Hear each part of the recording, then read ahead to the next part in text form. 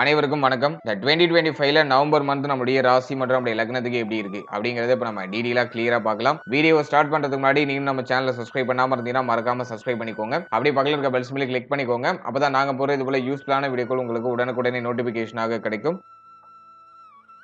இப்போது 4வது ராசியா வரக்கூடியது கடகம். கடக ராசி மற்றும் கடக லக்னத்தை சேர்ந்தவர்களுக்கு இந்த நவம்பர் மந்த் எப்படி இருக்கு அப்படிங்கறத பாக்குறதுக்கு முன்னாடி இந்த நவம்பர் மந்த்ல பிளானட்டரி பொசிஷன்லாம் எப்படி இருக்கு, கிரகங்களுடைய நகர்வுகள்லாம் எப்படி இருக்கு அப்படிங்கறத ஃபர்ஸ்ட் டீடைலா நம்ம பார்த்துடலாம். இந்த நவம்பர் மந்த்தை பொறுத்த வரைக்கும் நம்முடைய ஜென்மத்திலேயே குரு உச்ச நிலையில டிராவல் பண்ணுவாரு. இது ஒரு முக்கியமான விஷயம். அதுலயும் இந்த மாதத்துல ரெண்டு முக்கியமான சேஞ்சஸ் உண்டு. குரு வந்து வக்ரம் ஆகுறாரு, பிளஸ் வந்து சனி பகவான் வக்ர நிவர்த்தி ஆகுறாரு. இந்த ரெண்டு முக்கியமான மாற்றங்கள் உண்டு. அடுத்து நம்முடைய ராசிக்கு 2ஆம் இடத்துல கேதுவுடைய சஞ்சாரம், அவர் எந்த மாற்றமும் பண்ணல. அடுத்து நம்முடைய ராசிக்கு 3ஆம் இடத்துல சுக்கிரன் நீச்சம், ஒரு யோக கிரகம் நீச்சமான அமைப்புல டிராவல் பண்ணிட்டு இருக்கு. அதனை தொடர்ந்து பார்த்தோம்னா நம்முடைய ராசிக்கு 4ஆம் இடத்துல சூரியன் நீச்சம், அதுவும் ஒரு முக்கியமான விஷயமா இருக்கு. அடுத்து நம்முடைய ராசிக்கு 5ஆம் இடத்துல செவ்வாய் புதனுடைய காம்பினேஷன், அடுத்து 8ஆம் இடத்துல ராகு, 9ஆம் இடத்துல சனி வக்ரம். அடுத்து கிரகங்களுடைய மாற்றங்களை பொறுத்த வரைக்கும் பார்த்தோம்னா கரெக்டா 9ஆம் தேதி புதன் பகவான் நம்முடைய ராசிக்கு 5ஆம் இடத்துல வக்ரம் ஆயிடுவாரு. அதனை தொடர்ந்து கரெக்டா 11ஆம் தேதி குரு பகவான் வக்ரம் ஆகுறாரு. நம்முடைய ஜென்மஸ்தானத்திலே வக்ரம், அதாவது ஒரு உச்ச கிரகம் வக்ரம் ஆகும்போது நீச்ச பலனை செய்யும். அது நான் ஒரு மைனஸா பாக்குறேன். அடுத்தது நம்ம பாக்குறது வந்து பார்த்தோம்னா கரெக்டா 16ஆம் தேதி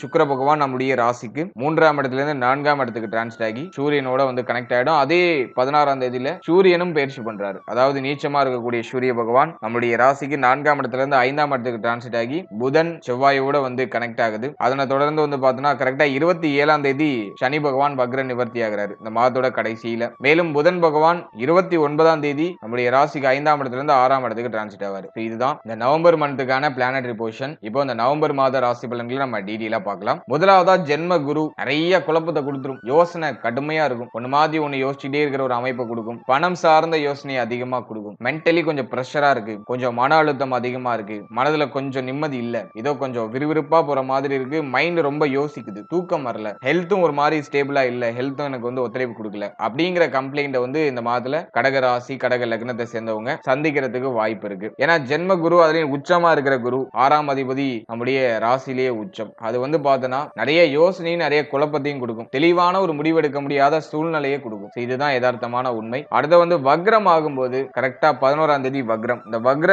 காலகட்டங்கள்ல இந்த குழப்பங்கள் அந்த தெளிவில்லாத மனநிலைக்கு ஓரளவுக்கு தெளிவு கிடைக்கும், ஓரளவுக்கு நிறைவு கிடைக்கும். இருப்பினும் அது உடல் ஆரோக்கியம் ரீதியா ஒரு சில ஏற்றத்தாழ்வுகளை கொடுக்கலாம். ஆனா அது ஓரளவுக்கு பாசிட்டிவ் தான். வக்ரம் ஆகிறது ஓரளவுக்கு பாசிட்டிவ் தான். அடுத்தது 2ஆம் இடத்துல கேது. 2ல கேது இருக்கும்போது குடும்பத்துல சுமை, அது இந்த மாதத்துல வந்து 2ஆம் அதிபதி நீச்ச அமைப்புல முதல் 16 நாட்கள் இருப்பாரு. அதனால குடும்பம் சார்ந்த விஷயங்களை கவனமா இருக்கணும். ஃபேமிலியில தேவைகள் அதிகரிக்கும், குடும்பத்துல சுமை கொஞ்சம் அதிகமா இருக்கும், குடும்ப உறுப்பினர்களோட அடிக்கடி வாக்குவாதம் ஏற்படுறது வாய்ப்பு இருக்கு. அதனால குடும்ப உறுப்பினரோட எந்த ஒரு வாக்குவாதமும் இல்லாம அனுசரிச்சு செயல்படுறது நல்லது. பணம் சார்ந்த விஷயங்களை அடிக்கடி கருத்து மோதல், கருத்து பிரச்சனைகள்லாம் வரும். அதனால அதுல நம்ம கொஞ்சம் கவனமா இருக்கணும். அடுத்தவங்களுடைய பேச்சு வார்த்தைகளை ரொம்ப நிதானமா இருக்கணும். இந்த மாதத்துல பேச தெரியாம பேசி மாட்டிக்கிறதுக்கெல்லாம் வாய்ப்பு அதிகபட்சமா இருக்கு. நல்ல வார்த்தைகள்ல ரொம்ப நிதானமா இருக்கணும். அடுத்தது இந்த மாதத்திலையும் நேத்திரம் உடைய கண் சம்பந்தமான விஷயங்களை கேர்ஃபுல்லா இருந்துக்கணும். அதே போல இந்த மாதத்துல யாருக்கும் வாக்கு கொடுக்க கூடாது. யாருக்காச்சும் வாக்கு கொடுத்தீங்கன்னா அதை காப்பாத்துறதுக்கு ரொம்ப சிரமப்படுவீங்க. அதுல எல்லாம் கொஞ்சம் கவனமா இருக்கணும்.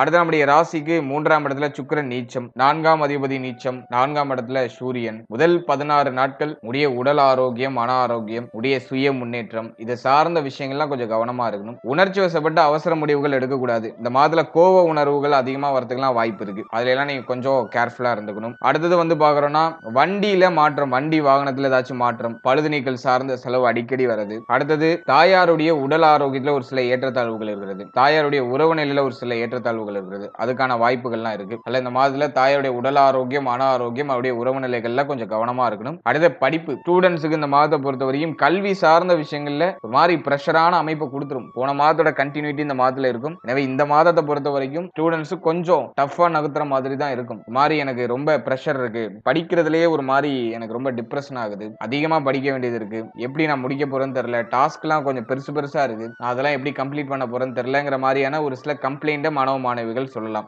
மாணவ மாணவிகள் இந்த மாதத்துல முதல் 16 நாட்கள் கொஞ்சம் போக்கஸ்டா இருக்கணும். எதையும் நினைச்சு ஓவரா ஒரி பண்ணிக்காம மைண்ட கொஞ்சம் நீங்க ப்ரிப்பேர் பண்ணுங்க. நல்லா மெடிடேஷன் பண்ணுங்க. முக்கியமா ஹெல்த்த பாத்துக்கோங்க. உங்களுடைய உடல் ஆரோக்கியம், மன ஆரோக்கியத்தை பராமரித்து நீங்க செயல்படுங்க. 16ஆம் தேதிக்கு மேல அந்த குழப்பம், ஒரு தெளிவில்லாத மனநிலை, ரொம்ப பிரஷரான அமைப்பு அதெல்லாம் டோட்டலா சரியாயிடும். அதெல்லாம் கவலைப்பட வேண்டாம். அடுத்தது 5ஆம் இடத்துல செவ்வாய், புதன், மாதத்தோட செகண்ட் ஹாஃப்ல சூரியன் போய் காம்பினேஷன் ஆகுறாரு. சோ இந்த அமைப்பெல்லாம் பொறுத்த வரைக்கும் இதுல செவ்வாய் வந்து ஆட்சியா இருக்கிறது நமக்கு ஒரு மிகப்பெரிய பலம். 5ஆம் அதிபதி 5ஆம் இடத்திலே ஆட்சி அமைப்பு. குழந்தை பாக்கியம் இல்லாதவங்களுக்கு குழந்தை பாக்கியத்துல சுப செய்திகள் கிடைச்சிடும். ஆனா ஒரு சில மருத்துவ செலவு, ஒரு சில தடை தாமதத்திற்கு பிறகு அந்த சுப செய்திகள் கிடைக்கும். அடுத்தது நம்ம பாக்குறது பிள்ளைகளால ஆதாயம் கிடைக்கும். பிள்ளைகளுடைய வளர்ச்சியில ஒரு நல்ல முன்னேற்றம் இருக்கும். பிள்ளைகளால உங்களுடைய பெருமை, உங்களுடைய புகழ் அதிகரிக்க ஆரம்பிக்கும். அடுத்தது வந்து பிள்ளைகளுக்கு சுப விரய செலவுகள் கண்டிப்பா இருக்கும். கல்வி சார்ந்த செலவுகளோ அல்லது அவருடைய வயதிற்கு தகுந்தாற் போல அவர்களுக்கு ஏதாச்சும் சுப மாற்றம், சுப விரய செலவுகள் பண்றதுக்கு முயற்சி பண்ணுவீங்க. அதுக்கான வாய்ப்புகள் அதிகபட்சமா இருக்கு. அடுத்து பூர்வீக சொத்துல இருக்கக்கூடிய வில்லங்கம் பிரச்சனை எல்லாம் விலகும். பூர்வீக சொத்தை அனுபவிக்கக்கூடிய பாக்கியம் உண்டாகும். பூர்வீக சொத்தை வித்து ஏதாச்சும் சுப மாற்றம் பண்றது முயற்சி பண்ணுவீங்க. சோ அதுக்கான வாய்ப்புகள்லாம் உண்டு. ரொம்ப நாளா நீங்க பிளான் பண்ணிட்டு இருக்க அந்த பூர்வீக சொத்தை விக்கிறதுக்கான வாய்ப்புகள் கிடைக்கும். சோ அதெல்லாம் பாசிட்டிவா நான் சொல்லுவேன். இந்த மாதத்துல குலதெய்வ வழிபாடு, குலதெய்வம் சார்ந்த வகையில சுப விரய செலவு இதெல்லாம் ஏற்படுறது வாய்ப்பு இருக்கு. குடும்பத்தோட குலதெய்வ கோயிலுக்கு போயிட்டு வரதுக்கெல்லாம் சான்சஸ் அதிகமா இருக்கு. ஆனா 5ல செவ்வாய் இருக்கும்போது கோபத்தை அதிகமா கொடுக்கும். புத்தி ஸ்தானத்துல செவ்வாய் இருக்கும்போது கோபத்தை அதிகமா கொடுக்கும். அதுல கோபமான உணர்வுகள்லாம் கொஞ்சம் அவாய்ட் பண்ணி நீங்க டிராவல் பண்றது நல்ல பலன்களை பெற்றுக் கொடுக்கும்.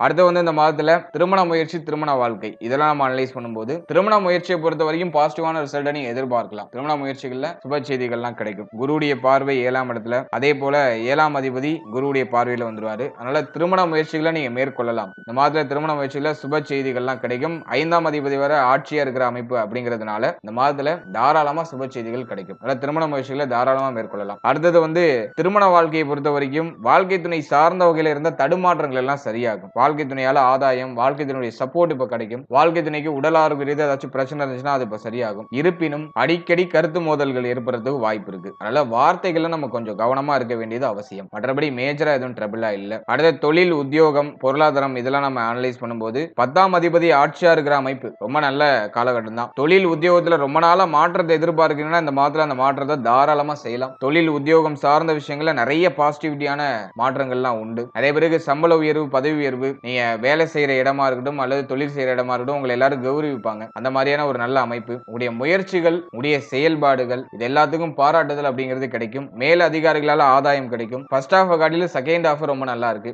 ஜாப், உடைய பிசினஸ் இதுல வந்து நல்ல வளர்ச்சி இருக்கும். அதே மாதிரி இந்த மாதத்துல தொழில் உத்தியோக நிமித்தமா நிறைய பயணங்களை மேற்கொள்ள வேண்டிய சூழ்நிலைகள் வரலாம். அடிக்கடி டிராவல் பண்ணிக்கிட்டே இருக்க வேண்டிய ஒரு சூழ்நிலை வரலாம். இருப்பினும் பெரிய அளவுல குற்றம் எதுவும் இல்லை. இந்த மாதத்துல தொழில் உத்தியோகம்லாம் ரொம்ப நல்லா இருக்கு. தொழில் உத்தியோகத்துல நல்லா போக்கஸ் பண்ண முடியும். தொழில் உத்தியோகத்துல ஒரு ஆதாயத்தை அடைய முடியும். நஷ்டத்துல போயிட்டு இருந்த தொழில் கூட இப்ப லாபத்தை நோக்கி பயணிக்கும். தொழில் செய்யறவங்களுக்கு இந்த மாதம் கொஞ்சம் பிரைட்டாவே இருக்கும். நிறைய பேருக்கு இன்வெஸ்ட்மெண்ட் பிளான் எல்லாம் வரும். ஏதாச்சும் புதுசா ஓபன் பண்ணலாமா, ஏதாச்சும் புதுசா நம்ம இன்வெஸ்ட்மெண்ட் பண்ணலாமா அப்படிங்கிற மாதிரியான யோசனை எல்லாம் வரும். இந்த மாதத்துல உங்களுடைய ஸ்டார்ட் அப் நீங்க ஸ்டார்ட் பண்ணலாம். ஸ்மால் லெவல்ல இன்வெஸ்ட் பண்ணி நீங்க ஸ்டார்ட் பண்ணலாம். சோ அதுக்கெல்லாம் ஒரு பாசிட்டிவ் ரிசல்ட் உண்டு. இந்த மாதத்தை பொறுத்த வரைக்கும் தொழில் உத்தியோகம் சார்ந்த வகையில பெரிய அளவுல தடுமாற்றமோ பிரச்சனையோ வந்துராது. எல்லாமே உங்களுக்கு வந்து தொழில் உத்தியோகம் சார்ந்த வகையில பாசிட்டிவா தான் இருக்கு. அடுத்து பொருளாதாரத்தை பொறுத்த வரைக்கும் கடன் தொந்தரவு ஒரு சிலருக்கு இருக்க வாய்ப்பு இருக்கு. கடன் சார்ந்த எண்ணம், கடன் தொந்தரவு, கடன் வாங்க வேண்டிய சூழ்நிலை, இப்படி பொருளாதார ரீதியா இது சார்ந்த விஷயங்கள நெருக்கடி இருக்கலாம். அல்லது கொடுத்த கடன் கைக்கு கிடைக்கல, இன்னும் வரல, இந்த தேதியில திருப்பி தரேன்னு சொன்னாங்க ஆனா கொடுக்கல அப்படிங்கிற மாதிரியான கம்ப்ளைண்டும் இருக்கும். அதுல யாருக்கும் கடன் உதவியும் பண்ணக்கூடாது, அதிகமா கடன் வாங்கி மாட்டிக்கூடாது. சோ அதுல கேர்ஃபுல்லா இருக்கணும். மற்றபடி இந்த மாதத்தை பொறுத்த வரைக்கும் பணம் சார்ந்த சிந்தனை எல்லாம் அதிகமா இருக்கும். பொருளாதார தேவையும் அதிகமா இருக்கும். மாதோட ஃபர்ஸ்ட் ஹாஃப்ல கொஞ்சம் கடினமா இருக்கிற மாதிரி இருக்கும். செகண்ட் ஹாஃப் உங்களுக்கு ஆல்மோஸ்ட் வந்து நியூட்ரல் ஆயிடும். பண தேவையெல்லாம் ஓரளவுக்கு நியூட்ரல் பண்ணிடுவீங்க. ஆனா ஃபர்ஸ்ட் ஹாஃப் கொஞ்சம் டஃபா இருக்கிற மாதிரி இருக்கும். அதே மாதிரி செலவும் இந்த மாதத்துல கொஞ்சம் மாத்தி மாத்தி ஏதாச்சும் ஒரு விரைய செலவு வந்துகிட்டே இருக்கும். ஆனா அது ஆல்மோஸ்ட் சுப விரைய செலவா இருக்கும். நல்ல செலவா பண்ணுவீங்க. உடைய குடும்பம், உடைய பிள்ளைகள், உடைய உடல் ஆரோக்கியம் இப்படின்னு சொல்லிட்டு ஒரு சுப விரைய செலவுகளை இந்த மாதத்துல மேற்கொள்வீங்க. அதுவும் உங்களுக்கு பாசிட்டிவா தான் இருக்கு, நெகட்டிவா இல்ல. ஓவராலா அந்த நவம்பர் மந்த் பொறுத்த வரைக்கும் ஆல்மோஸ்ட் உங்களுக்கு எல்லாமே பாசிட்டிவா வருது. ஃபர்ஸ்ட் ஹாஃப்ல மட்டும் கொஞ்சம் டிஃபிகல்ட்டா இருக்கிற மாதிரி இருக்கும். செகண்ட் ஹாஃப்ல உங்களுக்கு வந்து பிக்கப் எடுக்க ஆரம்பிச்சிடும். அதே மாதிரி இந்த மாதத்துல உங்களுடைய உடல் ஆரோக்கியம், மன ஆரோக்கியம், உங்களுடைய பேச்சு வார்த்தைகள், குடும்பம் சார்ந்த விஷயம் இதுல மட்டும் நீங்க கொஞ்சம் கவனமா இருந்தா போதும். மற்ற விஷயம்லாம் உங்களுக்கு ஆல்மோஸ்ட் ஃபேவரா மாறிடும். வாழ்த்துக்கள். இப்போ நீங்க இதுவரைக்கும் பார்த்த அந்த பொது பலன்கள் அப்படிங்கிறது ஒரு கோச்சார பலன்கள் தான். இது உங்களுடைய ஜனனகால ஜாதகத்துல நடக்கக்கூடிய தசா புக்தி அந்தரம் பிளஸ் உங்களுடைய ஜனனகால ஜாதகத்துல இருக்கக்கூடிய அந்த பிளானட்டரி போர்ஷன் இதை பொறுத்து ஒரு சில ஏற்றத்தாழ்வுகளை சந்திக்கும். எனவே 100% பிரிடிக்ஷன் எடுக்கிறதுக்கு உங்களுடைய ஜனனகால ஜாதகத்தை ஆய்வு பண்றது நல்லது. உங்களுக்கு இப்போ என்ன தசா புக்தி நடந்துட்டு இருக்கு, அது யோக தசையா அவயோக தசையா? யோக தசையா இருந்துச்சுன்னா அந்த 7.5 சனி பிளஸ் வந்து இந்த நெகட்டிவான இன்ஃபுளுன்ஸ் பண்ணக்கூடிய இந்த கோச்சார கிரகங்களுடைய பாதிப்பு உங்களுக்கு பெரிய அளவுல இருக்காது. அதுவே அவயோக தசையா இருந்துச்சுன்னா அந்த கோச்சாரத்துல சொல்லப்பட்டிருக்க அந்த நெகட்டிவான இன்ஃப்ளூயன்ஸ் உங்களுக்கு அதிகமா இருக்கும். இதுதான் பாயிண்ட். அதனால உங்களுக்கு நடக்கிறது யோக தசையா அவயோக தசையா, இந்த கோச்சாரம் உங்களுக்கு எவ்வளவு பர்சன்டேஜ் வந்து உங்களுக்கு இம்பாக்ட் பண்ணும் அப்படிங்கறத உங்களுடைய தசாபுக்தி அந்தரம் பிளஸ் உங்களுடைய ஜாதகத்துல சனி எந்த இடத்துல போஷன் ஆயிருக்காரு பிளஸ் வந்து மற்ற கிரகங்கள்ல எந்தெந்த இடங்கள்ல போஷன் ஆயிருக்கு அதை பொறுத்து ஒரு சில ஏற்றத்தாழ்வுகளை சந்திக்கும். எனவே உங்க ஜனனகால ஜாதகத்தை கொஞ்சம் அண்டர்ஸ்டாண்ட் பண்ணிட்டு இந்த கோச்சாரத்தை நீங்க எடுத்து சூப்பர் கம்போஸ் பண்ணும்போது உங்களுக்கு ஒரு தெளிவு இன்னும் கொஞ்சம் அதிகமான புரிதல் அப்படிங்கிறது கிடைக்கும். எனவே உங்களுடைய ஜனனகால ஜாதகத்தை உங்களுடைய குடும்ப ஜோதிடத்தை கொடுத்து ஒரு வாட்டி ரீட் பண்ணிட்டு